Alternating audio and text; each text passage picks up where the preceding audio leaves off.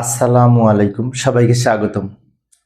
প্রিয় শিক্ষার্থী বন্ধুরা, আজকে আমি এই যে আইসিটি বিষয়ে চতুর্থ অধ্যায়ের এইচটিএমএল সম্পর্কিত ফৌজদারহাট ক্যাডেট কলেজ যে প্রশ্নটি এসেছিল ওই প্রশ্নটির সঠিক সমাধান করব বিশেষ করে সৃজনশীল প্রশ্ন এইচটিএমএল সংক্রান্ত আলোচনায় আছে আমি মোহাম্মদ সিরাজুল ইসলাম।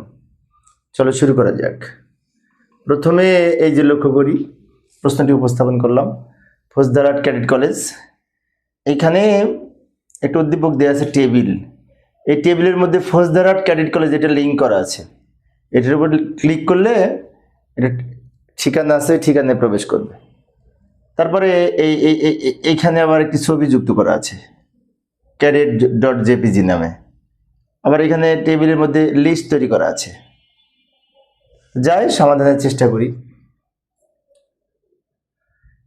প্রথমে কোড লিখতে হলে আমাদের এই ডক টাইপ HTML লিখতে হবে। ডক টাইপ HTML দ্বারা ডকুমেন্ট টাইপ HTML বোঝায়। এরপরে HTML এর ওপেনিং ট্যাগ লিখবো, বডির ওপেনিং ট্যাগ লিখবো, কারণ বডির মধ্যে আমরা টেবিলটা তৈরি করবো, তাই বডির ওপেনিং ট্যাগ লিখলাম। তারপরে কি করব, টেবিল তৈরি করার জন্য টেবিল ট্যাগ ব্যবহার করব। টেবিল বর্ডার সমান 1 আর সেল স্পেসিং 0 দিয়েছি।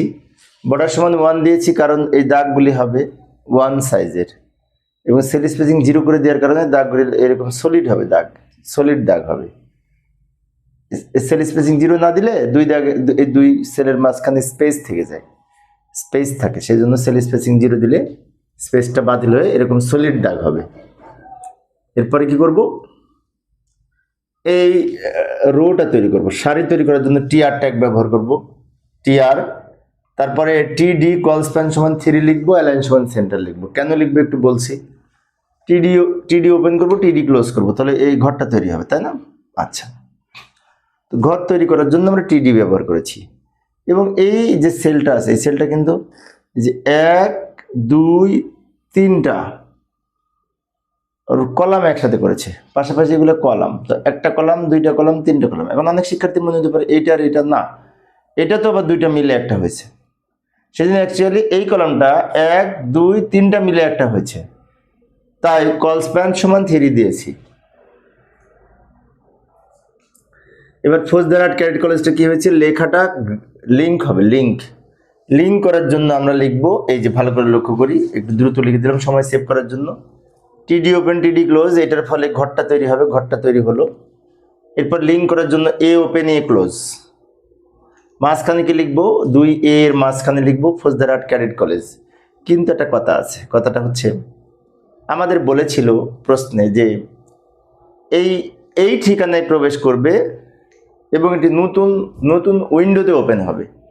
তো নতুন উইন্ডোতে ওপেন করার জন্য টার্গেট সমান আন্ডারস্কোর ব্ল্যাঙ্ক লিখতে হয়, এবং লিঙ্ক যুক্ত করার জন্য SREF সমান, SREF হচ্ছে অ্যাট্রিবিউট, যার ভ্যালু হবে ওই ঠিকানা, ওই কলেজের ঠিকানা। আচ্ছা, এবার আবার টিআর লিখবো। এই টিআরের মধ্যে এইটা আর এইটা হবে। এখন এইখানে আবার ছবি যুক্ত করেছে, এবং এই 1 2 3টা রো মিলে একটা হয়েছে। 3টা রো মিলে একটা রো করার জন্য রো স্প্যান অ্যাট্রিবিউট ব্যবহার করতে হবে, যার ভ্যালু হবে 3। এই যে লক্ষ্য করি, টিডি র স্প্যান সমান 3, ফলে কি হলো, 3টা রো একসাথে হলো। অ্যালাইন সমান সেন্টার দিয়েছি মাঝখানে নেওয়ার জন্য। এখানে cadet.jpg নামে একটা ছবি যুক্ত করার জন্য আইএমজি ট্যাগ ব্যবহার করতে হবে। ছবি যুক্ত করার জন্য আইএমজি ট্যাগ, যার গঠন হচ্ছে IMG SRC সমান ছবির নাম। এই যে লক্ষ্য করি, IMG SRC সমান এই ছবির নাম। উইড হাইট আমরা কাল্পনিক দিয়েছি 300 200, অনেক সময় প্রশ্ন দেওয়া থাকে। ছবির গঠনটা তো আমরা জানি, তাই না? এই যে IMG SRC সমান ছবির নাম। এখানে অল্টা অ্যাট্রিবিউট ব্যবহার করেছি। অল্টা অ্যাট্রিবিউটটা যদি ব্যবহার না করতাম তাহলে এটা এখানে দেখা যেত না। আমি যদি এটা দেখতে চাই যে আমি যদি এই ছবিটা যদি কোনো কারণে ব্রাউজারে উপস্থাপন করতে ব্যর্থ হয়, ফেল করে, তাহলে এই অল্টা অ্যাট্রিবিউটের ভ্যালু আমি যেটা লিখে দিব সেটা দেখা যাবে। আমি কি লিখেছিলাম, cadet.jpg, cadet.jpg দেখা যাচ্ছে। তো এখন এইটা লেখা শেষ হলো, এখন এইটার সাথে এইটা হবে চট্টগ্রাম ডিভিশন। তো চট্টগ্রাম ডিভিশনটা এইখানে এই সেলটা আবার 1 2 দুটা কলাম মার্চ করেছে, তো লিখবো টিডি কল স্প্যান সমান 2 লিখবো, কারণ দুটো কলাম মার্চ করেছে, এবং অ্যালাইন সমান সেন্টার লিখবো মাঝখানে নেওয়ার জন্য। তারপর লিখবো চট্টগ্রাম ডিভিশন। তারপর টিআর ক্লোজ করব। ভালো করে লক্ষ্য করি, টিডি ওপেন টিডি ক্লোজ, মাঝখানে লিখেছি চট্টগ্রাম ডিভিশন, যেভাবে লেখা ছিল লেখাটা মাঝখানে নেওয়ার জন্য অ্যালাইন সমান সেন্টার দিয়েছি এবং এই সেলটাকে দুইটা কলাম মিলে এক করার জন্য কলস্প্যান সমান 2 লিখেছি। তাহলে আমাদের এইটা আর এইটা হচ্ছে, এগুলো বাকি আছে। এবার পরের টিআরের মধ্যে এইটা আর এইটা হবে, কিন্তু এটা আবার টিডির মধ্যে লিস্ট তৈরি করতে হবে। আচ্ছা, তো এখানে তো জায়গা নাই, পরের পেজে যাচ্ছি।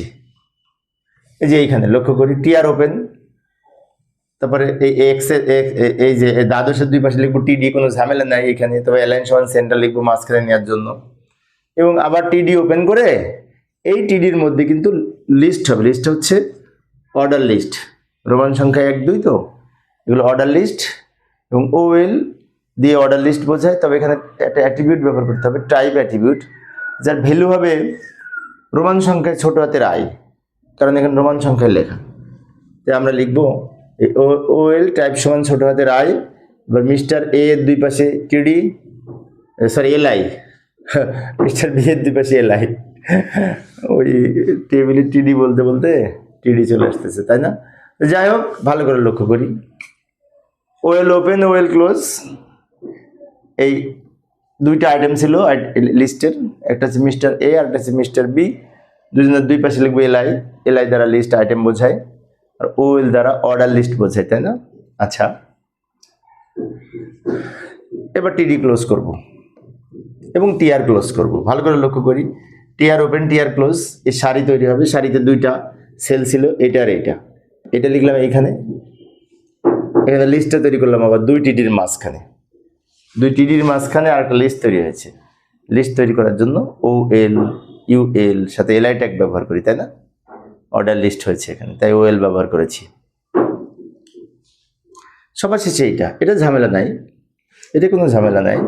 টিআর ওপেন করবো, টিডি ওপেন টিডি ক্লোজ, অ্যালাইন সমান সেন্টার লিখবো মাঝখানে নেওয়ার জন্য, তার মাঝখানে একাদশ লিখবো। আবার টিডি ওপেন টিডি ক্লোজ, মাঝখানে বি লিখবো আর অ্যালাইন সমান সেন্টার লিখবো মাঝখানে নেওয়ার জন্য।